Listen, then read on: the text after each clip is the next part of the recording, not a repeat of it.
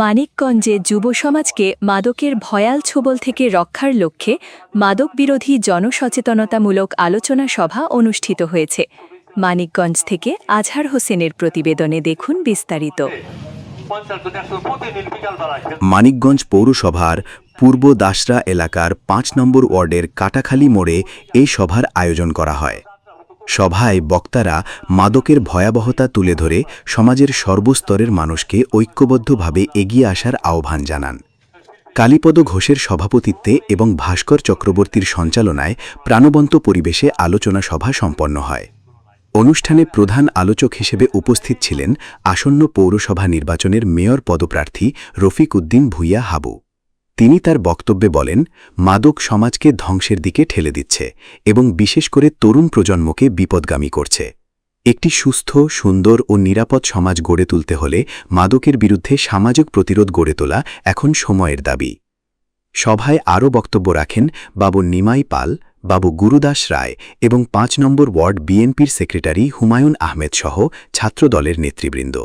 বক্তারা ২০২৪ সালের ৫ আগস্টের বিভিন্ন সংকটময় সময়ের প্রসঙ্গ তুলে ধরে বলেন, সে সময় মানিকগঞ্জ পৌরসভার ৫ নম্বর ওয়ার্ডের সনাতনী সম্প্রদায়ের মানুষের পাশে থেকে রফিক উদ্দিন ভূঁইয়া হাবু সর্বোচ্চ সহযোগিতা করেছিলেন।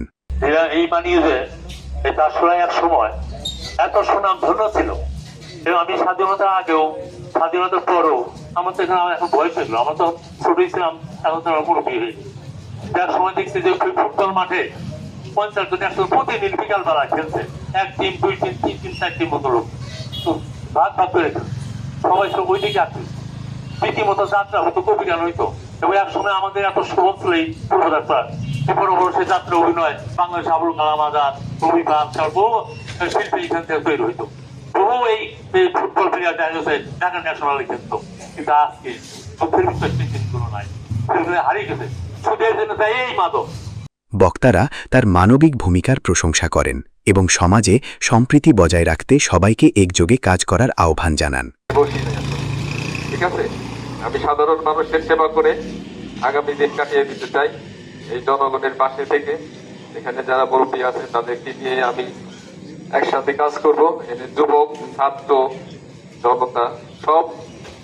সভায় বক্তারা আরও বলেন, মাদক নির্মূলে শুধু আইন শৃঙ্খলা বাহিনীর ওপর নির্ভর করলেই চলবে না। পরিবার, সমাজ ও সচেতন নাগরিকদের সম্মিলিত উদ্যোগই পারে একটি মাদক মুক্ত সমাজ গড়ে তুলতে। আবুর উদ্যোগে মাদক বিরোধী অভিযানের জন্য, মাদক বিরোধী অভিযান পরিচালনা করার জন্য এলাকাবাসী সবাই আমরা একত্রিত হয়েছি। আমরা জানি, আপনারাও জানেন, এই এলাকা অত্যন্ত মাদকের সরাসরি অতিরিক্ত হয়ে গেছে।